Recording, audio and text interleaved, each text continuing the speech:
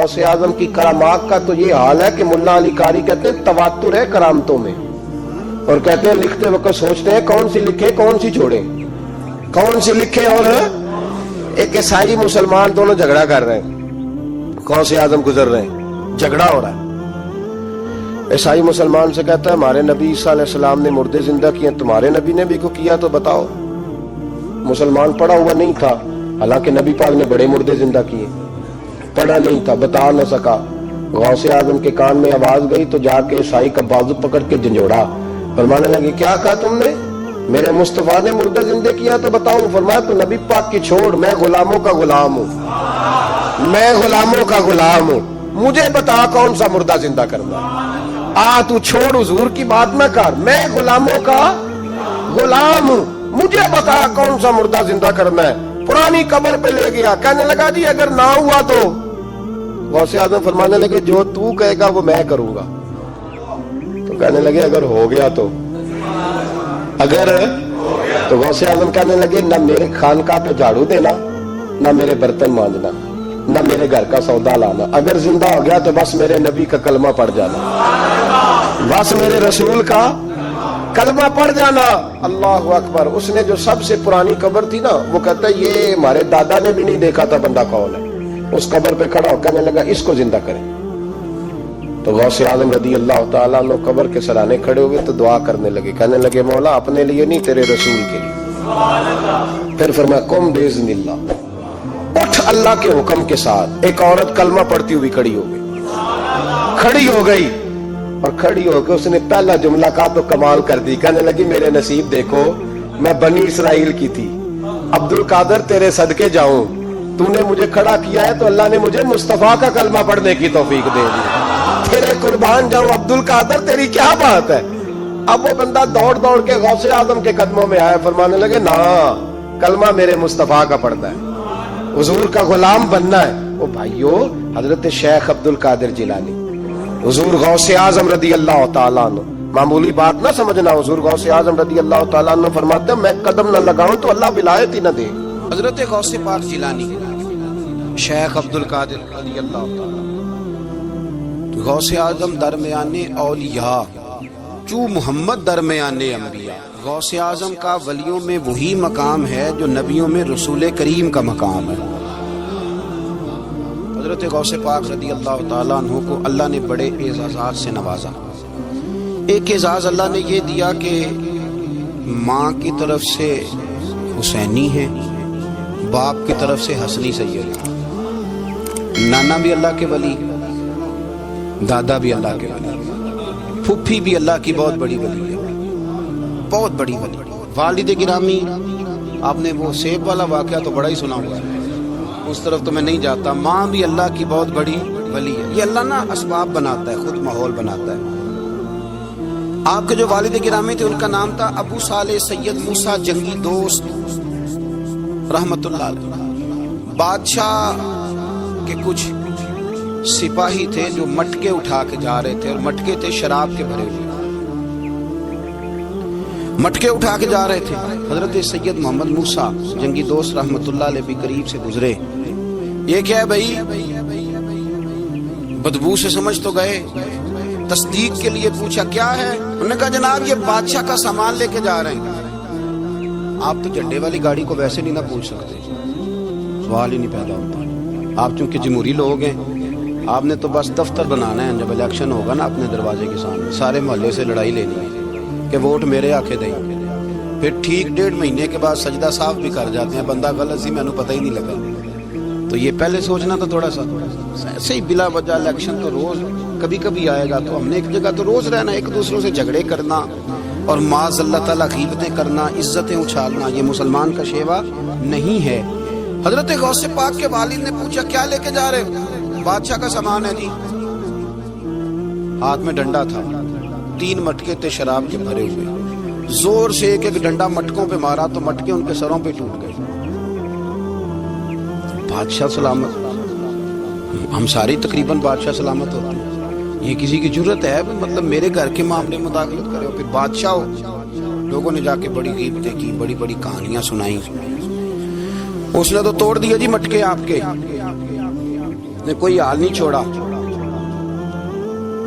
تو بادشاہ کہنے لگا بلاؤ سید موسیٰ پاک جنگی دوست رحمت اللہ علیہ کو بلا لیا. تو کہنے لگے بادشاہ تمہیں پتا تھا مٹکے کس کے ہیں؟ آپ فرمانے لگے پتا تھا مجھے. کہا کیوں توڑے؟ فرمایا اس لیے توڑے کہ مجھے تیرے اوپر رحم آ گیا تھا. تو اگر شراب پیے گا تو دوزخ میں جلے گا. مجھے رحم آیا تھا میں نے توڑ ڈالے. کہنے لگا آپ کون ہیں؟ آپ فرمانے لگے میں محتسب ہوں, میری حساب کتاب لینے کی ڈیوٹی ہے. محتسب ہوں, غلط آدمی کا حساب کروں گا.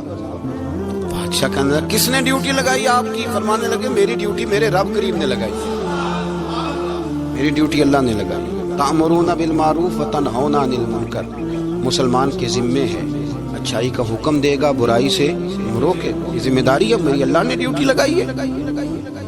بادشاہ پہ اتنا روب طاری ہوا کہ کہنے لگا حضور آپ کی بڑی مہربانی, آپ نے یہ کام کیا. کہنے لگا جناب اگر آپ اجازت دیں تو میں بھی آپ کو محتسب نہ بنا دوں, آپ میرے وزیر بن جائیں, کوئی بندہ اس طرح کا کام کرے تو اسے روکیں. تو آپ فرمانے لگے نہیں تو اپنی نوکری سنبھال کے رکھ, جسے اللہ ڈیوٹی پہ لگائے اسے پھر بندوں کی ڈیوٹیاں نہیں کرنی چاہیے. یہ احساس اللہ نے انہیں دیا, یہ شان رب کریم نے عطا فرمائی. ان کے صاحبزادے تھے حضرت غوث پاک جیلانی رضی اللہ تعالی عنہ. اللہ تعالیٰ نے جب کسی شخص سے کام لینا ہوتا ہے تو اللہ اس کے لیے اسباب بھی خود ہی پیدا کر دیتا ہے. علامہ اقبال اپنے استاد کی بڑی قدر کرتے تھے, شمس العلماء کی. تو ایک دن حضرت شمس العلماء سے کہنے لگے استاد جی آپ کی مہربانی سے پڑھ گیا ہوں. تو فرمانے لگے پتر تیری کلاس میں تو 250 لڑکا تھا, میری مہربانی تو سب پہ تھی, پر سارے تو اقبال نہیں نہ بنے. فرمانے لگے تیرے اندر بھی خوبی تھی جس کی وجہ سے اللہ نے تجھے یہ اعزاز, کوئی تھی کوئی چیز تیرے اندر. اللہ تعالیٰ جب کسی بندے کو نوازتا ہے نا تو بندہ بھی محنت کرتا ہے, لیکن اس کی محنت سے زیادہ اللہ کے فضل کا دخل ہوتا ہے. تو بندے کئی دفعہ کہنے لگ جاتے ہیں بڑی مشقت کی, بڑی محنت کی, کچھ بھی نہیں ہوتا. زیادہ اللہ کے فضل کا انحصار ہوتا ہے, پر رب جیسے چاہتا ہے ویسے فیصلے دیتا ہے. آپ فرماتے ہیں کہ میں چھوٹا سا تھا, والد انتقال کر گئے, والدہ تھی میری اور ہم 2 بھائی تھے. فرماتے ہیں بچے کھیلنے کے لیے نکلے تو میں بھی ان کے پیچھے کھیلنے نکل گیا. ایک بیل بچوں کے قابو آ گیا. تو بچوں کے قابو کو چیز آ جائے تو پھر وہ اس کا جو حال ہوتا ہے وہ تو ہمیں پتہ ہی, ہم سارے بچے رہ چکے ہیں. تو کہتے ہیں وہ بیل قابو آ گیا, کوئی اس کے کان چھیڑتا, کوئی اس کی دم چھیڑتا, کوئی اس کے سینگ چھیڑتا, کوئی کسی جگہ سے اسے تنگ کرتا. مختلف بچے اس کو نا دم سے پکڑ کے ہلاتے, بیل بھاگتا. حضور غوث پاک فرماتے میں بھی آگے بڑھا اور میں نے جب اس کی دم پکڑ کے ہلائی تو بیل نے میری طرف منہ کیا اور کہنے لگا عبد القادر تو نانا ایسے کر, بول کے کہنے لگا تو نانا ایسے کر, تجھے رب نے ان کاموں کے لیے پیدا نہیں فرمایا. آپ فرماتے مجھے اتنا خوف طاری ہوا, بیل کو بولتے دیکھا تھا پہلی دفعہ, بیل کو. اب میرے سنی کو بھی دلیلوں کی ضرورت ہوتی ہے, دلیل نہ دیں, کسی بزرگ کی بات سنائیں تو سنی بھی تھوڑا تھوڑا دائیں بائیں دیکھتا ہے. یہ شور ایسا ہوا ہے نا, پراپوگنڈا ایسا. میں حدیث پاک سنا دیتا ہوں. رسول کریم صلی اللہ تعالی علیہ وآلہ وسلم فرماتے ہیں ایک شخص نے بیل پہ سواری کر لی تھی. بیل سواری کے لیے نہیں پیدا کیا گیا, سواری کے لیے اونٹ ہیں, خچر ہیں, گھوڑے ہیں, گدھے ہیں. بیل کھیتی باڑی کے لیے. اس شخص نے جب بیل پہ سواری کی تو بیل پیچھے مڑ کے دیکھنے لگا اور کہنے لگا یار تو بڑا بیوقوف ہے. بول کہنے لگا مجھے اللہ نے سواری کے لیے نہیں پیدا کیا, میرے سے وہ کام لے جس لیے میں پیدا کیا گیا ہوں. تو بندہ ڈر گیا, کہنے لگا بڑی حیرانگی والی بات نہیں کہ بیل بولتا ہے. تو بیل پھر بول پڑا. کہنے لگا اس سے بھی زیادہ حیرانگی والی بات ہے. اس نے کہا وہ کیا؟ کہنے لگے مدینے میں نبی پاک آ گئے ہیں اور تو نے ابھی تک کلمہ ہی نہیں پڑھا. یہ اس سے بھی زیادہ حیرانگی والی بات ہے. جامع المعجزات میں حدیث موجود ہے, حضور آ گیا اور تو نے کلمہ ہی نہیں پڑھا. وہ شخص کہتا ہے میں سر پٹ دوڑا, جب آ کے سامنے کھڑا ہوا تو حضور مسکرائے, میں آجا پڑھ لے کلمہ, مجھے پتا ہے تجھے کس نے بھیجا ہے. اللہ والوں کی باتیں مان لیا کریں. میں بڑی ذمہ داری سے کہتا ہوں رب کریم کے کوئی بندوں کی بات کتاب و سنت کے خلاف نہیں ہوتی, وہی تو کتاب و سنت آگے پہنچانے والے ہوتے ہیں. تو حضور غوث پاک فرماتے ہیں میں وہ ڈر کے گھر آیا, جب گھر پہنچا تو میرے کانوں میں آواز آ رہی تھی لبیک اللہم لبیک لبیک لا شریک لک لبیک. فرماتے میں چھت پہ چڑھا اور میں نے جیلان میں اپنی چھت پہ کھڑے ہو کے دیکھا تو حج کے دن تھے, میری سیدھی نظر میدان عرفات پہ گئی. لوگ میدان عرفات میں بیٹھ کے لبیک لبیک پڑھ رہے تھے. پہلے میں وہاں سے ڈر کے آیا, پھر چھت سے ڈر کے نیچے اترا, ماں کو ساری بات بتائی. تو کہتی میری ماں کہنے لگی بیٹے جب تو پیدا ہونے والا تھا تو مجھے بڑی بشارتیں ملتی, فرماتے ہیں ماں نے نا کھولا بکسا صندوق تو 80 دینار نکالے. میں پتر تم 2 بھائی ہو اور تمہارا باپ کل جاگیری 80 دینار چھوڑ گیا. 40 تمہارے 40 تمہارے بھائی کے. فرمایا بیٹا ایک بات کا خیال رکھنا, میں عورت ہوں, تمہارا باپ کوئی نہیں, بھائی چھوٹا ہے, میں پیچھے نہیں آ سکتا. یہ 40 دینار لے جا اور جا بغداد چلا جا, جا کے تعلیم حاصل کر. بیٹے میں پہنچ نہیں سکتی, خیال رکھنا. غوث پاک فرماتے ہیں 12 سال میں نے تعلیم حاصل کی یارو, میں نے پتے بھی کھائے اور خود آپ کا فرمان موجود ہے. فرماتے ہیں ایسی سختیاں بھی دیکھیں, ایسی سختیاں بھی دیکھیں کہ پتھروں اور پہاڑوں پہ گزرتی تو شاید پگھل جاتے, لیکن میں نے اپنے نبی کا دین پڑھا. اب تو پیر کے گھر میں جو پیدا ہوتا ہے وہ علم لدنی والا ہوتا ہے. میں تو ایسا ہوتا پتر ہے او خدا کے بندے صبر کر. اگر غوث پاک حسنی حسینی سید ہو کے باقاعدہ پھٹی پہ بیٹھ کے پڑھتے ہیں, تو کس پیر کا مرید ہو گیا جسے علم ہی کوئی نہیں, جو جاہل آدمی ہے. یہ ضروری ہے, علوم دینیاں ضروری ہیں, اس کے بغیر کام نہیں چلتا. اور غوث پاک رضی اللہ تعالیٰ عنہ کی آپ پوری زندگی پڑھ کے دیکھ لیں. غوث پاک تمام اولیاء کے امام ہیں ساری زندگی. غوث اعظم سے کسی نے پوچھا آپ نے سب سے زیادہ دین کا کام کس طرح کیا, تو فرماتے ہیں تقریر کے ذریعے. اب تقریر کرنے والا مولوی ہوتا ہے اور تویز دینے والا, سبحان اللہ. غوث پاک رضی اللہ تعالیٰ عنہ فرماتے ہیں میں نے دین کا سارا کام کس ذریعے سے کیا ہے. ہفتے میں 3 جلسے کرتے تھے اور 70 ہزار کا مجمع ہوتا ہے اور بغیر لاؤڈ سپیکر کے تقریریں ہوتی ہیں. اور فرماتے ہیں جیسی سمجھ پہلے بندے کو آتی تھی ویسی آخری والے کو آتی تھی. لوگوں نے کہا حضور یہ کرم کیسے ہوا؟ فرمانے لگے میں نے جب تعلیم حاصل کر لی تو بولنا آتا ہی نہیں تھا, تو میں بڑا پریشان, ایک دن سو گیا تو خواب میں رسول کریم کا دیدار نصیب ہوا. فرمایا تیری تو واز کیا کر, تیرے بات سے لوگوں کو فائدہ ہوگا. یا رسول اللہ میں اجمی بندہ ہوں, لوگوں کے سامنے کیسے بات کروں گا؟ تو حضور نے فرمایا منہ کھولنا ذرا. کہتے میں نے منہ کھولا تو محبوب نے 7 دفعہ لعاب دہن ڈالا میرے منہ میں. آپ فرماتے ہیں پھر بولتا میں تھا, اثر کوئی اور پیدا کر دیا. حضور غوث پاک رضی اللہ تعالیٰ عنہ نے 40 سال دین کا کام کیا. صبح کے وقت فقہ کا درس دیتے تھے, فجر کے بعد کچھ دیر کر ناشتہ کرتے سو جاتے, پھر آ کے مدرسے میں پڑھاتے باقاعدہ بچوں کو. غوث پاک رضی اللہ تعالیٰ عنہ کی سیرت پر آپ ساری کتابیں پڑھ لیں, ساری کتابیں لو, میں نے بھی بڑا ہی دعویٰ کر دیا, یعنی ساری کتابیں جتنی اب تک چھپی ہوئی ساری پڑھ لو, کہیں نہیں ملے گا کہ ہم غوث پاک کے آستانے پہ گئے. غوث پاک کسی بندے نے یہ نہیں کہا ہم غوث پاک کے آستانے پہ گئے, غوث پاک کے دربار پہ گئے. سب نے یہی لکھا ہے کہ ہم حضور غوث پاک کے مدرسے میں گئے. ہمارے نا مدرسوں میں سبق تقسیم ہوتے ہیں, سال جب شروع ہوتا ہے نا تو سبق تقسیم ہوتے ہیں. ہمارے مدرسے میں بھی تقسیم کرتے ہیں ہمارے مولانا. آپ حدیث پاک پڑھائیں گے, فلانا استاد منطق پڑھائے گا, فلانا فلسفہ پڑھائے گا, فلانا یہ سبق تقسیم ہوتا ہے, فلانا قرآن, فلانا حدیث, فلاں فقہ. تو غوث اعظم کے مدرسے کے جو ناظم تعلیمات تھے وہ کہنے لگے حضور سبق بانٹنا ہے تو آپ کو کون کون سے سبق دے دیں, کون کون سا پیریڈ پڑھائیں گے؟ تو آپ فرمانے لگے نہیں پیریڈ رہنے دو. حضور پھر فرمایا اس طرح کرو, لائق بچے تم رکھ لو اور نلائق سارے مجھے دے دو, میں جانوں اور نلائق جانے, نلائق سارے میرے. غوث پاک رضی اللہ تعالیٰ نلائق سارے رکھ لیے, کند ذہن. اور حضور غوث پاک ان کو اسباق پڑھایا کرتے, ان پر محنت کریں. فجر کے بعد فقہ کا درس, 10 بجے مدرسے کی کلاس, زور کے بعد حدیث پاک کا درس, مغرب کے بعد تفسیر بیان کرتے. بانج علموں جو کرے فقیری وہ کافر مرے دیوانہ. اور عشاء کی نماز کے بعد ہفتے میں 3 جلسوں سے خطاب. اور یہ سارے کام کر کے نا تو پھر بھی غوث اعظم جب دنیا چلی جاتی تو وضو کر کے مصلے پہ بیٹھ جاتے. اور 40 سال بیت گئے, ساری رات اللہ کی بارگاہ میں عبادت کرتے. 40 سال حضور غوث پاک کو اللہ نے بڑا اعزاز دیا, کتابیں لکھی, ڈیوٹی کی, محنت کی, کوشش کی پوری دنیا میں. میں پہلے بھی بتا چکا ہوں, پھر بتاتا ہوں.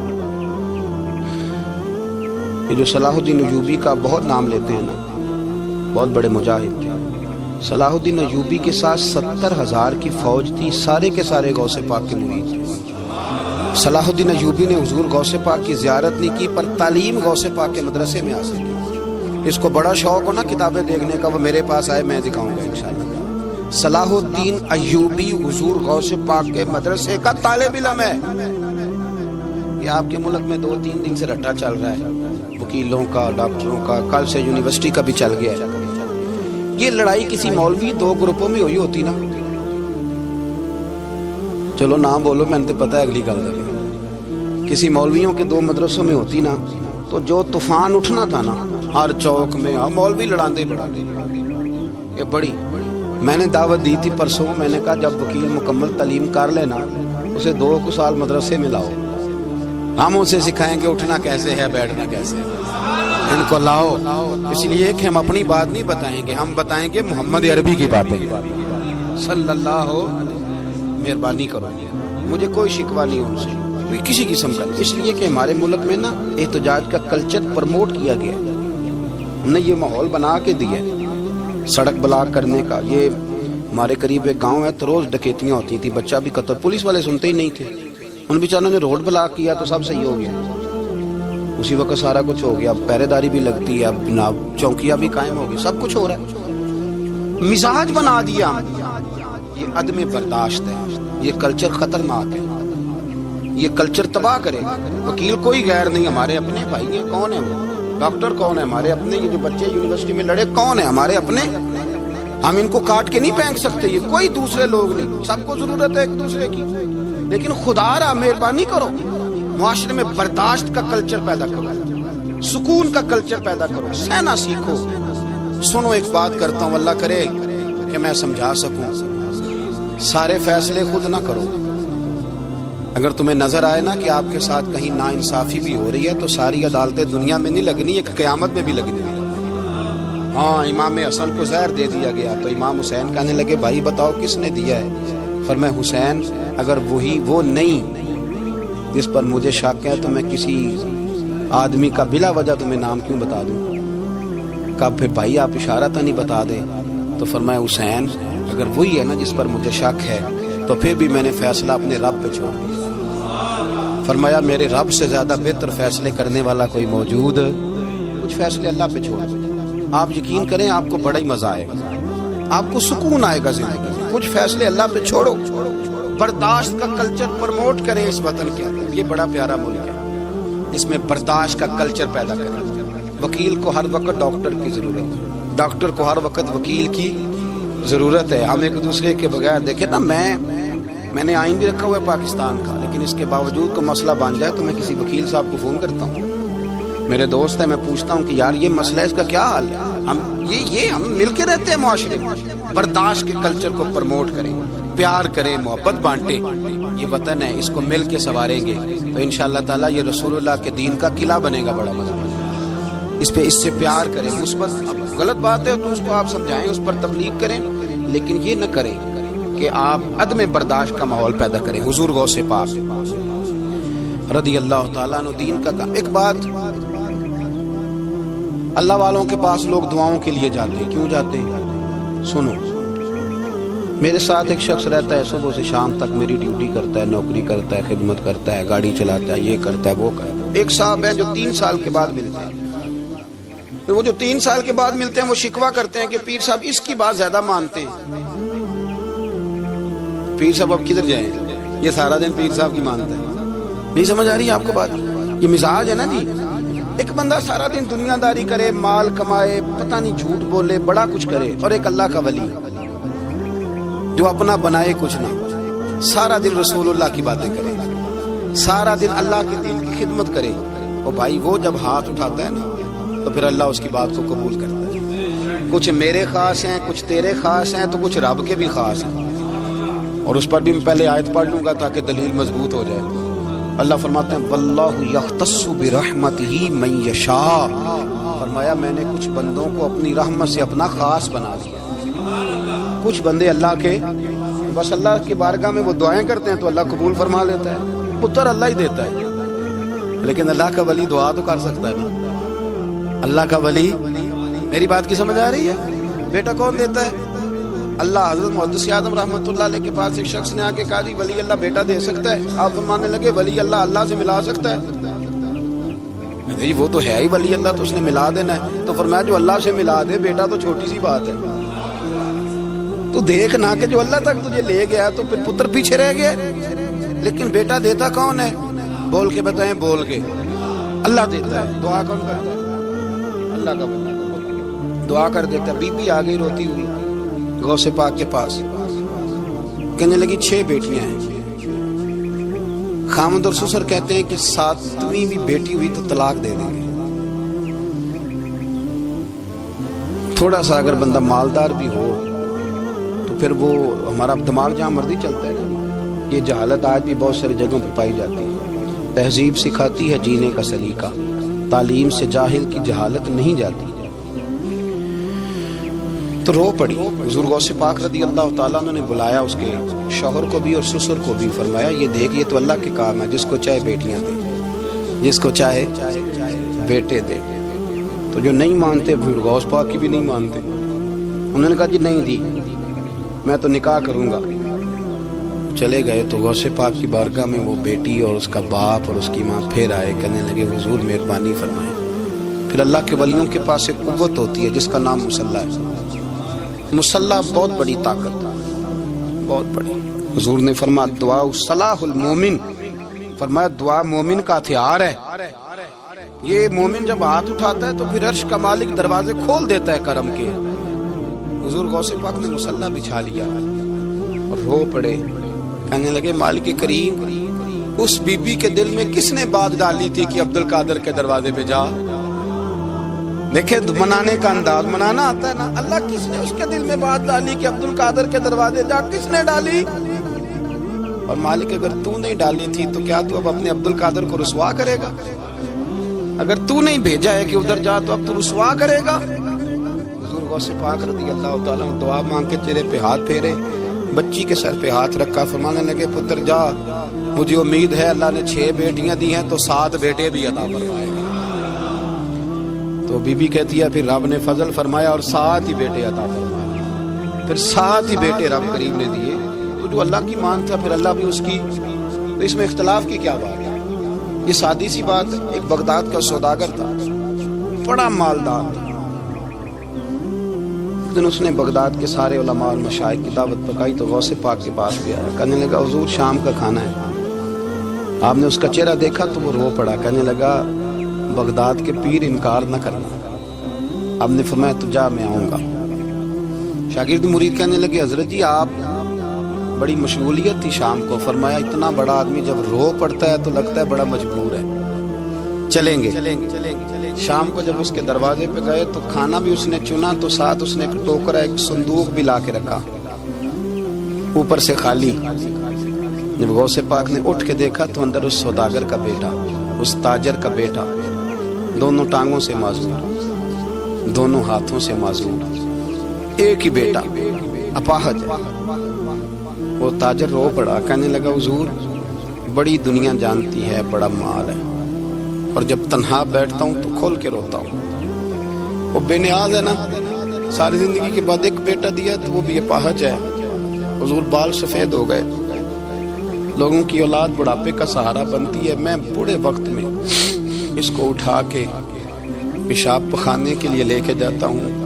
بغداد کے عبد القادر سنا ہے جب تو دعا مانگتا ہے تو رب قبول فرما لیتا ہے.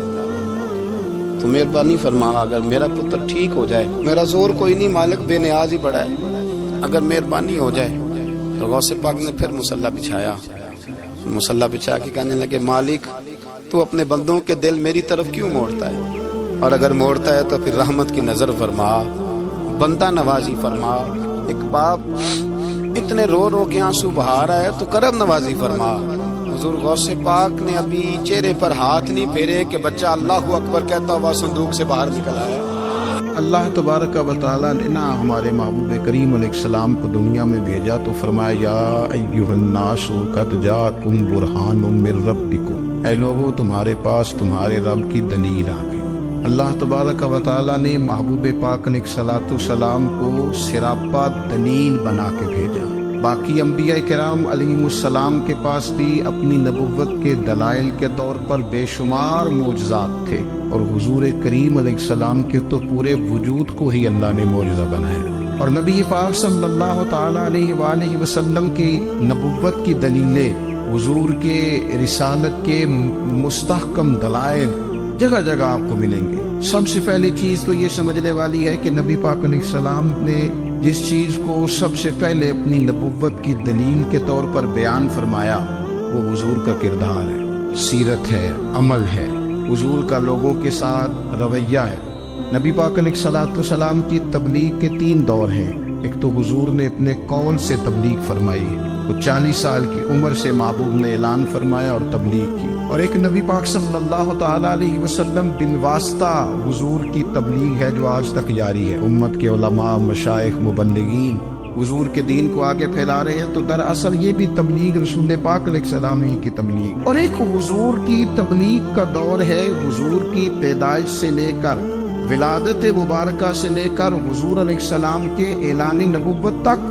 اس دوران نبی پاک نے جو تبلیغ فرمائی ہے وہ اپنے کردار سے فرمائی۔ عرب کا وہ معاشرہ جو بڑا میلا کچیلا گدلا ہو چکا تھا، جس کے اندر سراسر مادہ پرستی کا زور تھا، جس کے اندر لوگ انسانوں کی خرید و فروخت کرتے تھے، جس کے اندر بیٹیوں کو زندہ دفن کر دیتے تھے، جس کے اندر جو آدمی جتنا زیادہ مضبوط ہوتا تھا اتنا زیادہ لٹیرا بن جاتا تھا، اس معاشرے کے اندر رسول کریم علیہ السلام نے 40 سال گزارے، اور اس طرح گزارے کہ جو بیگانے بھی تھے وہ بھی کہا کرتے تھے یہ صادق ہے، یہ امین ہے۔ اور جب حضور نے اعلان نبوت کیا تو فرمایا، یہ قرآن مجید کے لفظ ہے، فرمایا فَقَدْ لَبِثْتُ فِيكُمْ عُمَرًا مِّن قَبْلِهِ أَفَلَا تَعْقِلُونَ، میں تمہارے بیچ عمر کا ایک حصہ گزار چکا ہوں، تمہیں عقل نہیں ہے، شعور نہیں ہے۔ نبی کریم علیہ السلام نے اپنے کردار کو، اپنے عمل کو اپنی نبوت کی دلیل کے طور پر بیان فرمایا۔ وہ تو حضرت حلیمہ بھی فرماتی ہے نا، جب نبی کریم علیہ السلام کو اپنے گھر لے گئی تو میرا اپنا بچہ بھی دودھ پیتا تھا، 2 میرے بیٹے ہو گئے، ایک میری یہ نسلی اولاد اور حضور میری رضائی اولاد۔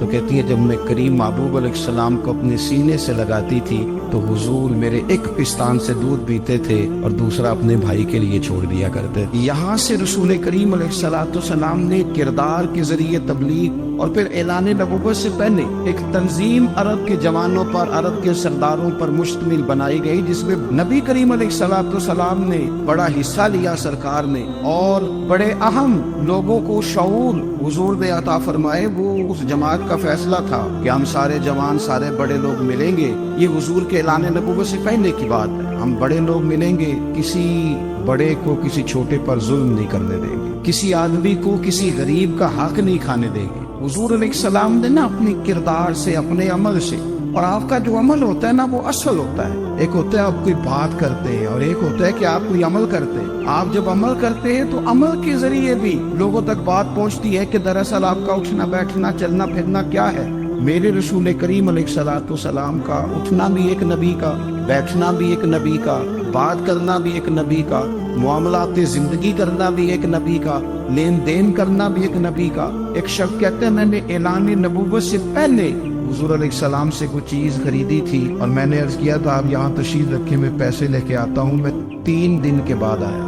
دیکھو یہ بات کرنی کتنی آسان ہے، بولنی کتنی آسان ہے، پر 3 دن یہاں میرے بھائی کو کسی شخص کو 2 گھنٹے انتظار کرنا پڑ جائے تو لوگ کہتے ہیں الانتظار وشد من القتل، یہ تو قتل سے زیادہ تکلیف والا معاملہ ہے منتظر رہنا کسی کا۔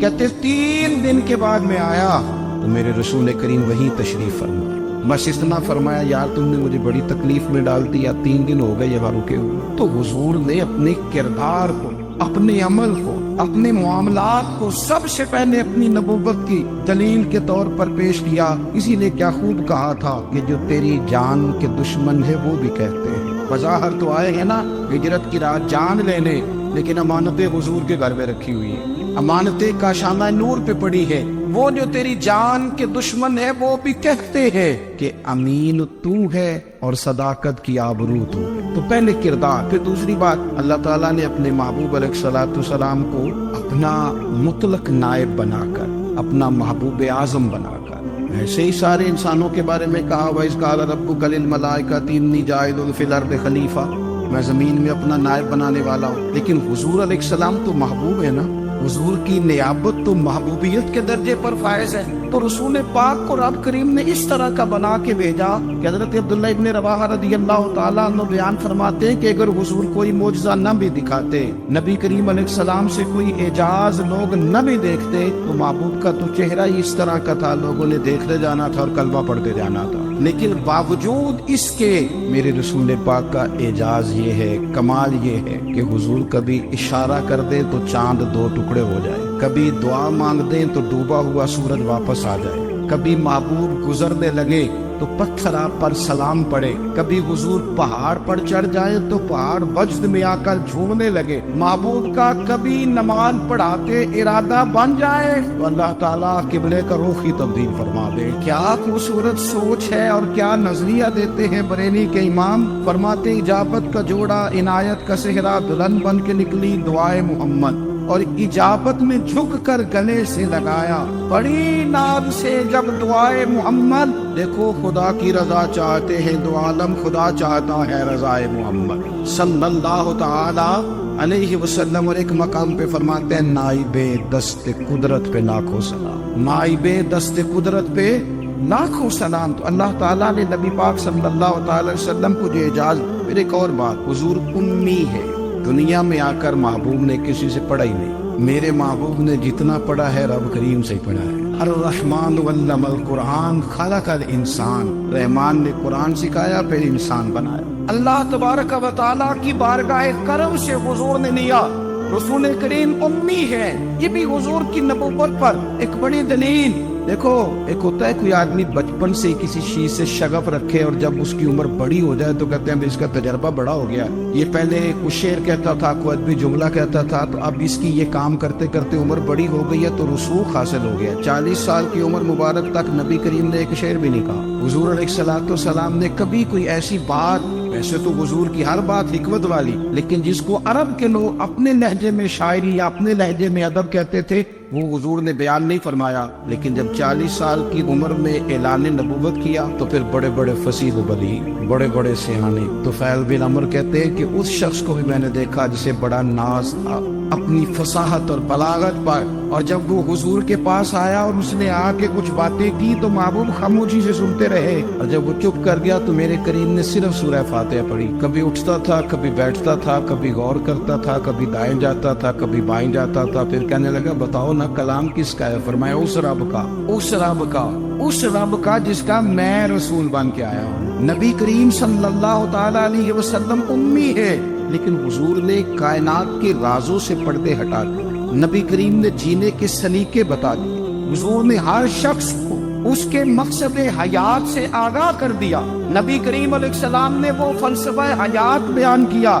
کہ لوگوں کو صرف جینے میں مزہ نہیں آیا، مرنے میں بھی مزہ آنے لگا، لوگ آگے بڑھ بڑھ کے جانیں پیش کرنے لگے، اپنی اولادیں قربان کر، جو فلسفیوں سے کھل نہ سکا اور نکتہ بروں سے حل نہ ہوا، وہ راز ایک طیبہ والے نے بتلا دیا چند اشاروں میں۔ محبوب کریم امی ہیں، لیکن حضور نے اس طرح دنیا کو سکھایا، اس طرح دنیا کو پڑھایا، اس طرح حضور نے علم کے چراغ اور دیپ روشن کیے کہ قیامت تک جسے روشنی ملے گی نا، اسے صرف دروازہ مصطفیٰ سے ملے گی، اسے رسول کریم علیہ السلام کے در دولت سے ملے۔ کچھ لوگوں نے کہا کہ اپنے پاس سے آیات بنا کے لاتے، اپنے گھر میں بیٹھ کے دعوے کر لینا تو کوئی مشکل کام نہیں نہ ہوتے، سارے لوگ ہی کر لیتے، بلکہ وہ ہمارے ایک بزرگ کہا کرتے تھے خیالی پلاؤ پکائیے کہ وہ کدے بھی کاٹ نہ پائیے، تو وہ کون سا پیسوں کا ڈال رہے ہیں، زیادہ ڈالیں آپ اور زیادہ ڈالیں۔ بہت سارے لوگ ہیں آج بھی، کچھ لبرل ہیں بیچارے، کچھ دین بیزار طبقہ ہے، وہ کہتے ہیں جناب ہمیں تو جدید باتیں بتائیں، ہمیں تو نئے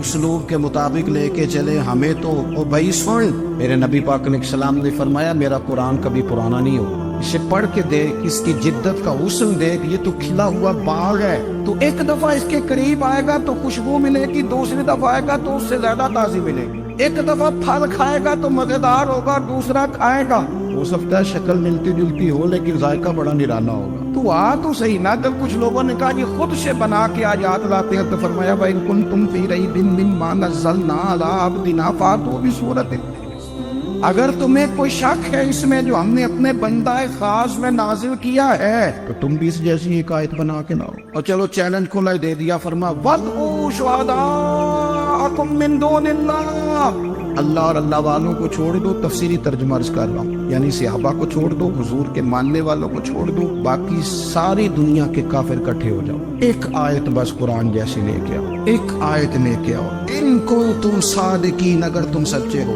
جوانوں سنو، کہاں ایک آیت، اور یہ چیلنج آج تک قرآن مجید کا موجود ہے، آج تک وَإِن كُنتُمْ فِي رَيْبٍ مِّمَّا نَزَّلْنَا عَلَىٰ عَبْدِنَا فَأْتُوا بِسُورَةٍ مِّن مِّثْلِهِ، تم قرآن کے مقابلے کی ایک صورت لے کے آؤ اور سارے حمایتی اکٹھے کر لو اپنے، ان کنتم صادقین، اگر تم سچے ہو۔ جواب تو ادھر سے آنا تھا نا، لیکن کائنات کے رب نے جواب بھی خود دیا، فرمایا فَإِن لَّمْ تَفْعَلُوا وَلَن تَفْعَلُوا، اگر تم نہ لا سکے، اور فرمایا تم لا سکتے بھی نہیں، نہ خنجر اٹھے گا نہ تلوار تم سے، یہ بازو میرے آزمائے ہوئے، وَلَن تَفْعَلُوا، تم لا بھی نہیں سکتے، فَاتَّقُوا النَّارَ الَّتِي وَقُودُهَا النَّاسُ وَالْحِجَارَةُ، پھر اس آگ سے ڈر جاؤ جس کا ایندھن آدمی اور پتھر ہے، اُعِدَّتْ لِلْكَافِرِينَ، بنائی کافروں کے لیے، مومنوں کے لیے تو رب نے جنت بنائی ہے، اُعِدَّتْ لِلْكَافِرِينَ، یہ دوزخ اللہ نے کن کے لیے بنائی ہے؟ اُعِدَّتْ لِلْكَافِرِينَ، کہتے ہیں کافر کے لیے بنایا۔ تو اللہ تبارک و تعالیٰ نے میرے رسول پاک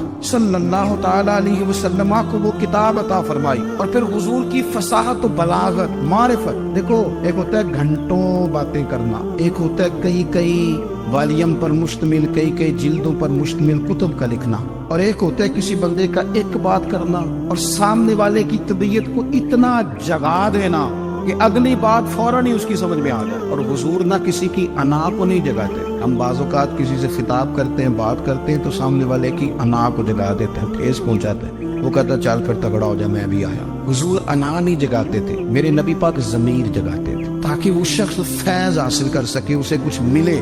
نبی کریم کا جو انداز تکلم ہے وہ اس طرح کا ہوتا تھا کہ انسان خود بخود کھل اٹھتا تھا کہ مطلب یہ بات ہونے کیا لگی ہے، مطلب حضور کیا فرمانے لگے۔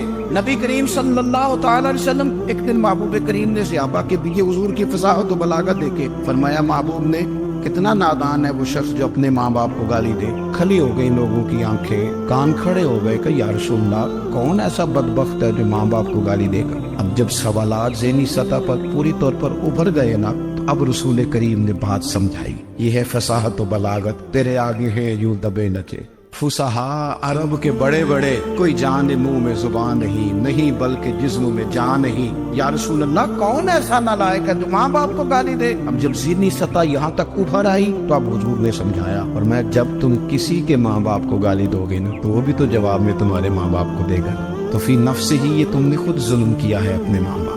کیوں تم نے ایسا لہجہ اختیار کیا کہ جس سے سامنے والے کی انا جاگ جائے اور وہ تمہارے مقابلے میں آ کر کے کھڑا ہو جائے؟ کیوں تم نے اس طرح کے انداز اختیار کیے کہ جس سے سامنے والا بھی سارے پنجے کھڑے کر کے باہر نکل آیا کہ آ جاؤ پھر میں بھی میدان میں حاضر ہوں؟ رسول کریم کی فصاحت بلاغت دیکھیں نا، حضور 2-4 جملوں میں ساری بات سمجھا جاتے۔ ایک حدیث پاک اگر ہماری سمجھ میں آ جائے، ایک روایت نبی پاک صلی اللہ تعالی علیہ وسلم نے فرمایا، خوبصورت مسلمان وہ ہے جو بے مقصد باتوں کو چھوڑ دے۔ لو اس سے پوری زندگی سجائی جا سکتی ہے ایک جملے سے، کوئی لمبی چوڑی باتوں میں جانے کی ضرورت نہیں۔ کہا خوبصورت مسلمان یہ ہے جو بے مقصد باتوں کو چھوڑ دے، نایانی باتوں کو، کیا کہتے ہیں ہمارے دیہات کے لوگ، جڑے پنڈ جانا نہیں وہ راہ پوچھنے دی، لیکن آج کل لوگ باز آندے یعنی جس بات کا بالکل تعلق نہیں نا وہ بات بھی کرتے جاتے ہیں، جس کا شعبہ ہی نہیں وہ بھی چھلانگ لگا کے اس میں آ جاتا ہے۔ ہم اپنا وقت ضائع کرتے ہیں، اپنی صلاحیتیں ضائع کرتے ہیں، اپنا نقصان کرتے ہیں، ہم اپنا کام صحیح کر کے نہیں کرتے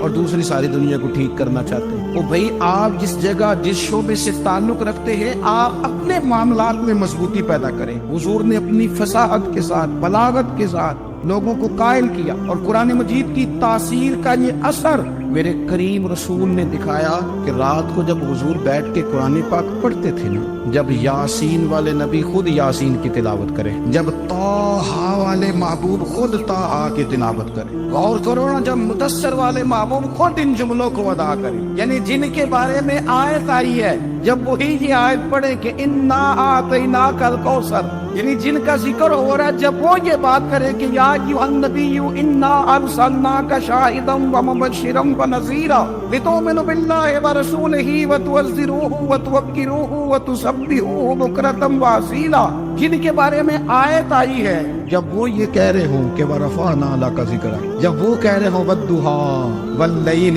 اذا سجى، ذرا اس کیفیت کو دیکھیں جب محبوب خود پڑھ رہے ہو، اور جو حضور پر آئی ہے اس کا ذائقہ، اس کا لطف، اس کا انداز، بھلا کیا ہوگا؟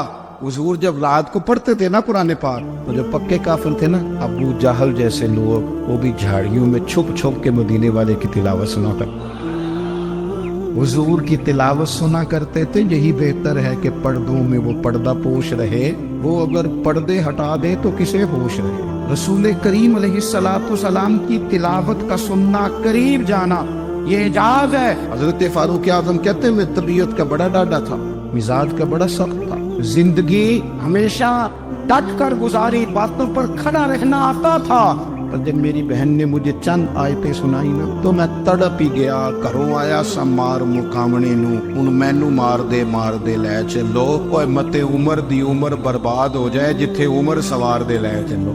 یہ اعجاز ہے رسول کریم صلی اللہ تعالی علیہ وسلم پر نازل ہونے والی کتاب کا۔ پھر حضور نے خبریں دی، نبی پاک نے خبریں دی، حضور نے فرمایا روم فتح ہوگا، وہ ہوا۔ نبی کریم علیہ السلام نے فرمایا شام فتح ہوگا، تو شام فتح ہوا۔ فرمایا ایران فتح ہوگا، تو ایران فتح ہوا۔ سراقہ بن مالک کہتے ایک گاؤں پر بھی مسلمانوں کی حکومت نہیں تھی، ایک گاؤں پر۔ حضور مکہ مکرمہ سے نکل رہے تھے، مدینہ طیبہ تشریف لے جا رہے تھے، ابھی راستے میں تھے، میں 100 سرخ اونٹوں کے لالچ میں معاذ اللہ حضور کو گرفتار کرنے پہنچ گیا۔ محبوب نے حکم دیا، حضور کا معجزہ میں نے آنکھوں سے دیکھا، میرا گھوڑا زمین میں دھستا چلا گیا، میں نے معافی مانگی، حضور نے معاف کر دیا۔ میں نے سمجھا اچانک ہو گیا ہے، یہ منوانا بھی بڑا مشکل کام۔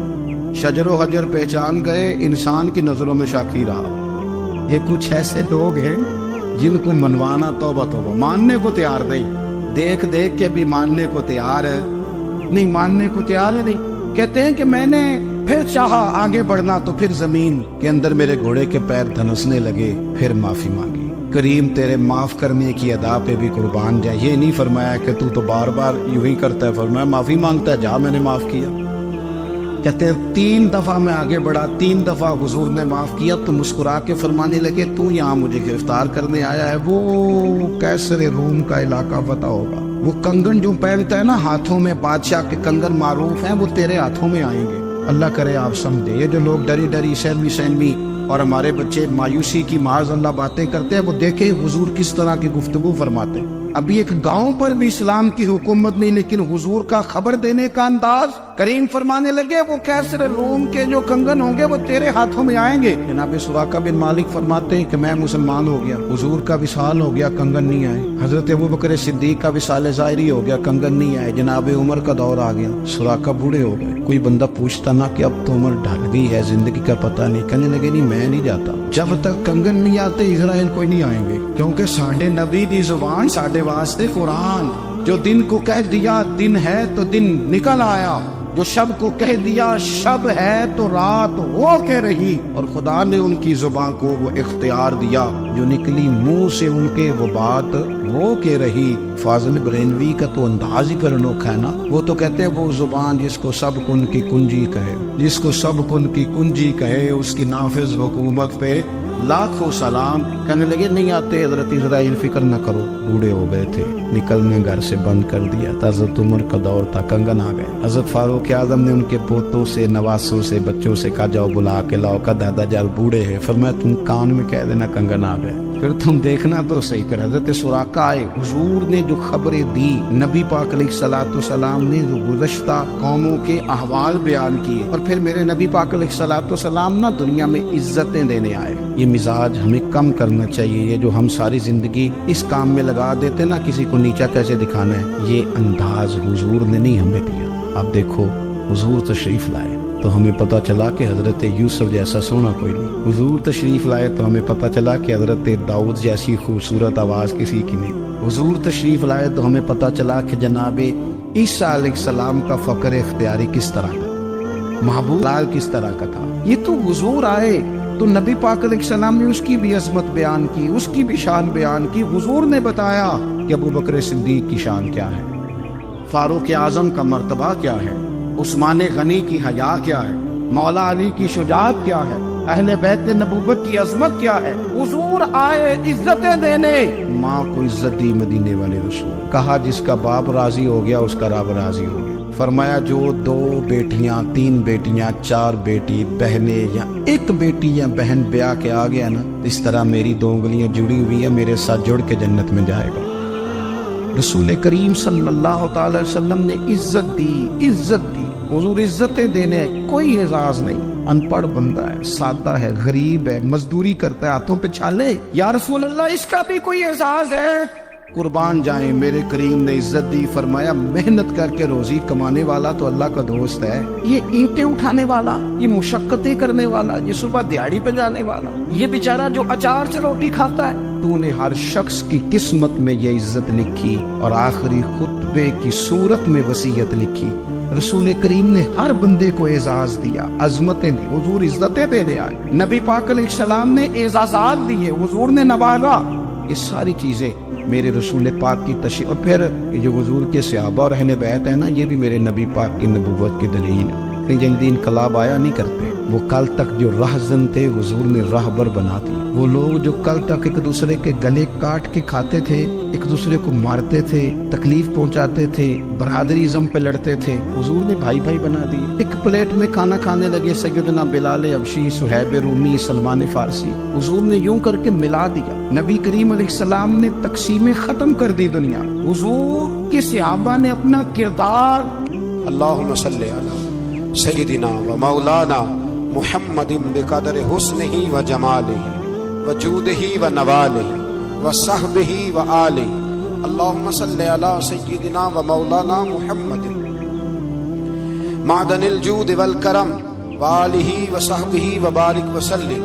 یا ارحم الراحمین، یا ارحم الراحمین، یا قاضی الحاجات، یا مجیب الدعوات، یا حلال المشکلات، یا دافع البلیات، یا مسبب الاسباب، یا قاضی الحاجات، یا رحمان یا اللہ، یا کریم یا اللہ، یا ستار یا اللہ، یا غفار یا اللہ، یا کریم یا اللہ، یا عزیز یا اللہ، یا ستار یا اللہ. اے ہمارے پروردگار، 10 سال پورے ہو گئے. خدا بندہ ایک چھوٹا سا پیغام تھا، تو نے فضل فرما دیا. اے اللہ، ہم پلٹ کر جب دیکھتے ہیں تو 1% بھی ہم اس قابل نہیں کہ تیرے دین کی کوئی بات کر سکیں، کوئی پیغام دے سکیں. اللہ، کئی سالوں سے یہ دوست صبح کی نیند چھوڑ کے یہاں حاضر ہوتے رہے، مائیں، بہنیں، بچیاں، بوڑھے، بچے. اے اللہ، بندوبست کرنے والے سب سے پہلے آتے رہے. خدا بندہ تیرے قرآن مجید کو پڑھا ہے. ہم کمزور تھے، بس تیری دی ہوئی توفیق سے پڑھا ہے. خدا بندہ ان میں سے ایک بات بھی تجھے پسند آئی ہے تو ہمیں معاف فرما دے، ہم سے درگزر فرما، ہمارے حال پہ رحمت فرما. رمضان آیا تھا، پھر بیت رہا ہے. اللہ، ہماری کمزوریاں، ہماری کوتاہیاں پھر ایک دفعہ پیش نظر ہیں. اے عرش و فرش کے مالک، برے ضرور ہیں، کمزور ضرور ہیں، گناہگار ضرور ہیں، پر تو ہمارے دلوں کے حال جانتا ہے. ہم تیرے غدار نہیں ہیں. اے اللہ، ہم صحیح ہونا چاہتے ہیں، ہماری نیتیں بھی ٹھیک ہیں، ارادے بھی ٹھیک ہیں، عمل میں کمزوری ہے. ہم پر ایک رحمت کی نظر کر دے، ہم پر ایک رحمت کی نظر کر دے. اے مالک کریم، ایک نظر کرم سے دیکھ تو صحیح. یہاں غریب بھی بیٹھے ہیں، بوڑھے بھی بیٹھے ہیں، مجبور بھی بیٹھے ہیں، کئی رو رو کے تیری بارگاہ میں فریاد کرنے والے بیٹھے ہیں. اے اللہ، بھول ضرور جاتے ہیں پر بندے تو تیرے ہیں، پھٹک ضرور جاتے ہیں پر غلام تو تیرے محبوب کے ہیں. ہمارے حال پہ رحمت فرما. اللہ، ہمیں معاف فرما دے. اللہ، ہم سے حساب نہ پوچھیو. اللہ، ہمیں بغیر حساب معاف فرما دے. اللہ، ہمیں بغیر حساب کے معاف فرما دے. اللہ، ہم سے درگزر کرنا. جب قیامت کے دن ازل کا بازار لگے، اللہ ہم سے درگزر فرمانا، ہماری پردہ پوشی فرمانا. اگر ہمیں عزت دی ہے تو عزتوں پہ دوام دینا. اللہ، ہمیں ذلتوں سے محفوظ رکھنا. عرش و فرش کے مالک، میں تو نے بہت ساری نعمتیں نا بغیر مانگنے کے دی ہیں. ہم کمزور تھے، تو نے صحت دی. ہم کمزور تھے، تو نے اولاد کی نعمت دی. پھولوں کی طرح کے خوبصورت بچے دیے، اے اللہ تو نے ہمیں وفادار قسم کے دوست دیے، اے اللہ پیار کرنے والے ساتھی دیے، ٹوٹ کر چاہنے والے دیے، اے اللہ تو نے بغیر مانگے ہمیں نیک صالح استاد دیے، بزرگ دیے، شیخ دیے، اے اللہ بغیر کسی لالچ کے پالنے والا باپ دیا، شفقت کے بازو پھیلانے والی ماں دی۔ ہم تیرا شکر ادا نہیں کر سکے، اللہ ہمیں شکر کی توفیق عطا فرما دے، اللہ ہمیں شکر کی توفیق عطا فرما دے، اللہ ہمیں شکر کی توفیق عطا فرما دے۔ اللہ اگر ہم بھول جائیں تو ہم سے درگزر فرما، اے اللہ ہمارے حال پہ رحمت فرما۔ میں صبح دیکھتا رہا کس طرح بوڑھی مائیں گاڑیوں میں بیٹھ کے آتی ہیں، بہنیں گاڑیوں میں بیٹھ کے آتی ہیں۔ اللہ ان بیچاریوں کے کئی دکھ بھی ہیں، ان کی کئی تکلیفیں بھی ہیں، یہ کئی جگہ آزمائش کا شکار۔ ایک بزرگ فون کر کے کہہ رہے تھے بیٹی بڑی پریشان ہے، اللہ کریم سب پہ اپنا فضل فرما دے۔ ہم دنیا کے دھتکارے ہوئے تیرے دروازے پہ آ کے بیٹھ جاتے ہیں، ہماری مدد فرما، ہمیں لوگوں کا محتاج نہ فرما۔ اے اللہ یہ بوڑھے بیمار لوگ جو صبح چل کے تیرے اور تیرے محبوب کی رضا کے لیے آتے رہے، ان کے قدموں کو قبول فرمانا، ان کی کوششوں کو قبول فرمانا۔ اللہ معذور بزرگ بیچارے لاٹھیوں کے سہارے یہاں تک پہنچ کر تیرے دین کی بات سنتے رہے، ان کے حال پہ کرم فرما، ان پہ رحمت فرما، ہم سے درگزر فرما، ہمارے ساتھ معافی والا معاملہ فرما۔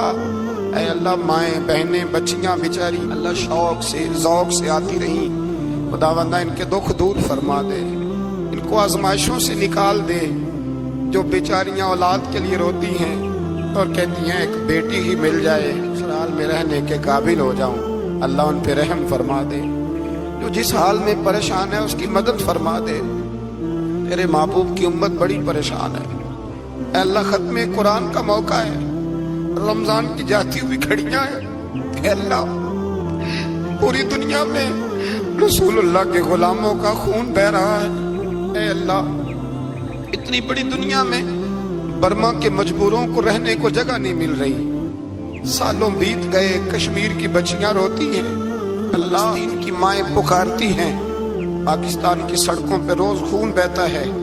ہم نے بڑی بڑی کوشش کر کے بڑے بڑے لوگوں کے وعدوں پہ اعتبار کیا، اے اللہ اب تو ہماری مدد فرما، ہماری مدد فرما، غریبوں کی مدد فرما، یتیموں کی مدد فرما، اے اللہ جو سڑکوں پہ جھونپڑیوں میں ہیں ان کی مدد فرما، اے اللہ جو بیچارے چھاپڑی فروش ہیں ان کی مدد فرما، جہاں جوان بچیاں ہیں ان کی مدد فرما، اے اللہ غریبوں کی مدد فرما، مجبوروں کی مدد فرما، اے اللہ تنگ دست لوگوں کی مدد فرما، بیماروں کو شفا دے دے، مقروضوں کو قرضوں سے رہا کر دے، تنگ دستوں کو وسعت دے دے۔ ہمارے وہ مشائخ، ہمارے وہ بزرگ جنہوں نے ہمیں یہاں تک پہنچایا ان کی قبروں پہ رحمتوں کا نزول فرما، ان پہ کرم نوازیاں فرما۔ جن کے عزیزوں رشتہ داروں میں سے کوئی دنیا سے چلا گیا ہے، اللہ جن کے ماں باپ سے ہو گئے ان کی قبریں نور سے بھر دے، رحمت سے بھر دے۔ ربنا اغفر لی ولوالدی وللمؤمنین یوم یقوم الحساب۔ اے اللہ زندگی میں جب موت کا وقت آئے نا تو ہمیں کلمے کی توفیق عطا فرمانا، ہمیں بے ایمانی کی موت سے محفوظ رکھنا، ایماندار مارنا ہمیں، اللہ ہماری آخرت کی منزلوں پہ اپنا فضل رکھنا، ہم سے سخت حساب نہ لینا۔ اے اللہ بس خار ہیں، بدکار ہیں، ڈوبے ہوئے ذلت میں کچھ بھی ہیں، مولا تیرے محبوب کی امت سے رب اغفر وارحم انت خیر الراحمین، وصلی اللہ تعالی علی حبیبہ سیدنا و مولانا محمد۔ السلام علیکم گائز، میرا YouTube per all Islamic double to کے نام سے چینل ہے، تو گائز اس کو لائک کریں، سبسکرائب کریں اور شیئر کریں اور بیل آئیکن کو ضرور پریس کریں تاکہ میری ہر آنے والی نئی ویڈیو کی اپڈیٹ سب سے پہلے آپ تک پہنچ سکے۔ شکریہ۔